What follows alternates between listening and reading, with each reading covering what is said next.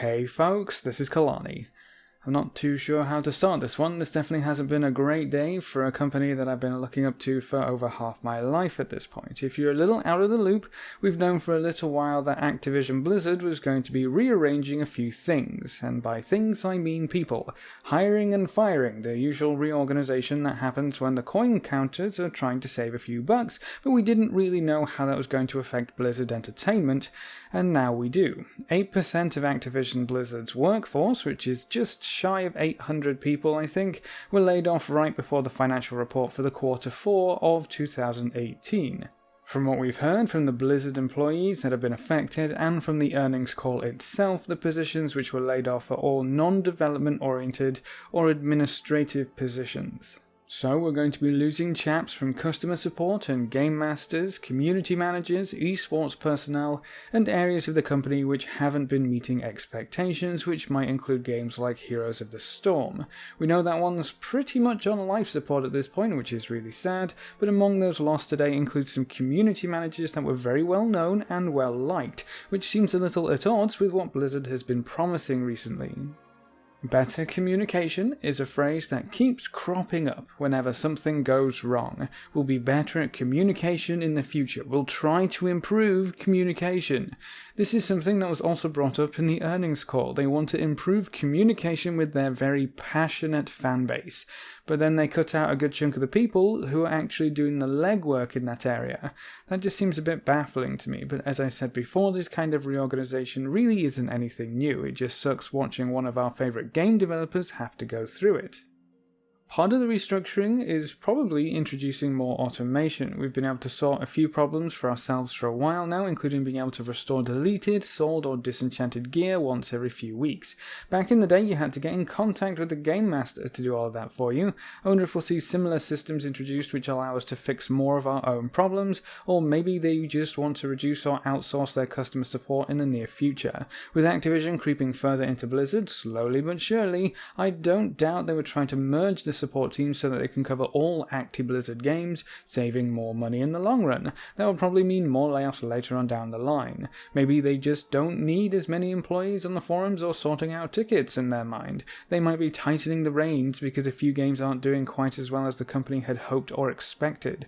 There could be a variety of reasons for this, but thankfully, even though these chaps are in America, it looks like they'll still get taken care of for now. J. Allen Brack, the new president of Blizzard Entertainment, posted a message about the layoffs. To assist in the transition of anyone affected by the layoffs, each impacted employee will get a severance package that includes additional pay, their benefits will continue, and they will receive career and recruiting support to help them find their next opportunity.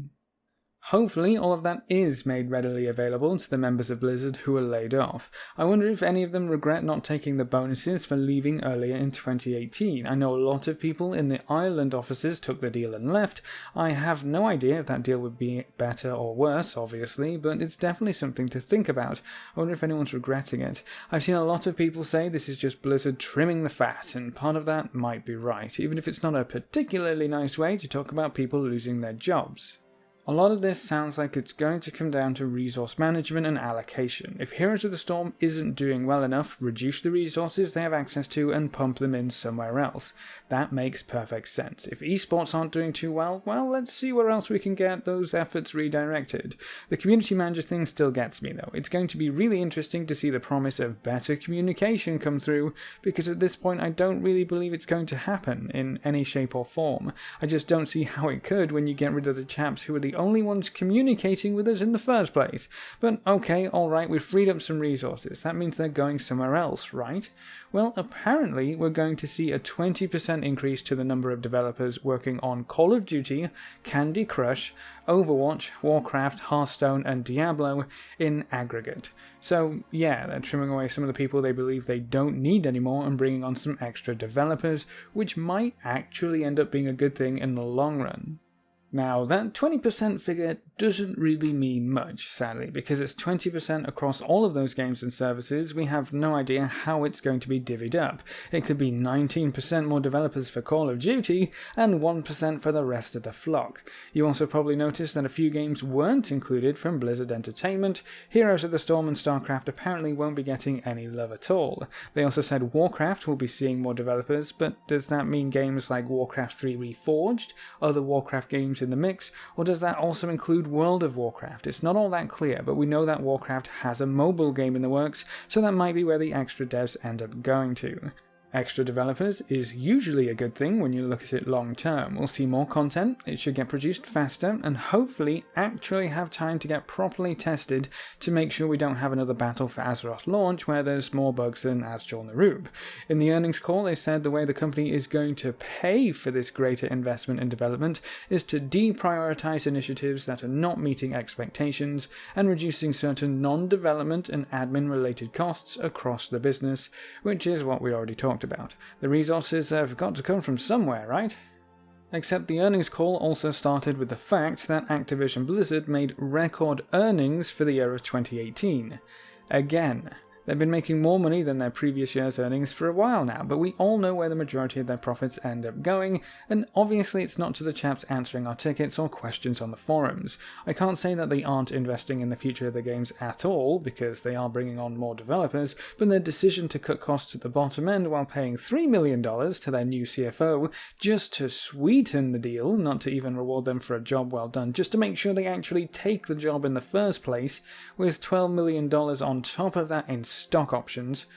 That's, those numbers are pretty baffling, but perhaps the worst part of the layoffs is that no one had any idea whether they were safe or not before going into work today. Can you imagine showing up to work knowing that it's going to be the last day for however many people that are co-workers and friends there, and you simply have no idea who's going to be affected? I hope I never have to deal with that kind of stress, but I guess that's just how big business is handled in America these days. I am really curious to see if this is going to pay off in the long run. Things are getting a little stale in many Activision Blizzard games, and some games actually unshackled themselves from Activision recently.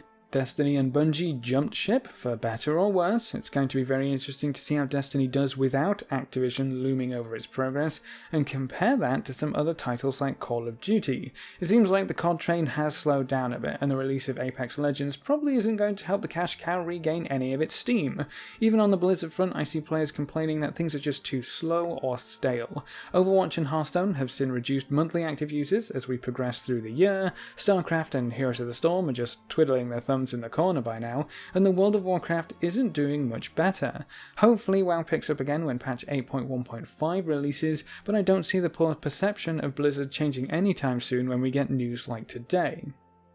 I don't think the games are number one anymore. It seems like money has taken over the top priority spot. And don't get me wrong, money is nice. Money makes the world go round and all that jazz. You need money to make good games, and you need money to keep everything chugging along smoothly. But profit takes precedence over making a good game for a lot of companies these days, and Activision might be one of the worst culprits up there with EA. It's not even a case of making a nice profit or a good profit.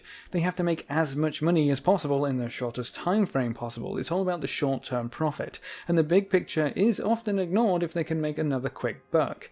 Even though Activision Blizzard made more money this year than it ever has before, the CEO said it's still not enough. They didn't realize their full potential. Who decides that full potential? You're making money hand over fist, but because there's a chance you could have made more money, what you actually made just isn't good enough? This is why people don't like store mounts or microtransactions in general. It feels like they're trying to squeeze us for every penny, because that's the only way they'll reach this true potential.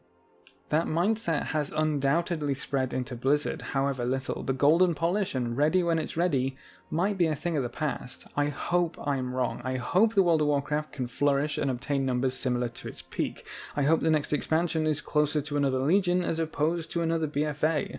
I want to see where this journey takes us. I just hope it takes us somewhere good. Blizzard will have to do a lot if they hope to recover the image they once had. Some of those unannounced projects might just be the key.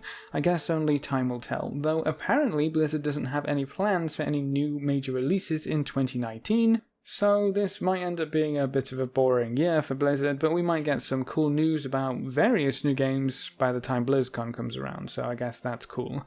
I hope everyone affected by the layoffs can find a new home in the gaming industry soon, or maybe even spread their wings and check out something they've been wanting to for a while. But that's it for this video. A big thank you to all of our supporters over on Patreon. You can see their names floating by on screen. If you want to join these lovely guys and gals, you can find a link in the description below. Remember to leave a like just below the video before you leave, and if you want to see more, make sure to subscribe. But apart from that, thanks for watching folks, good luck and have fun, and as always I will see you next time.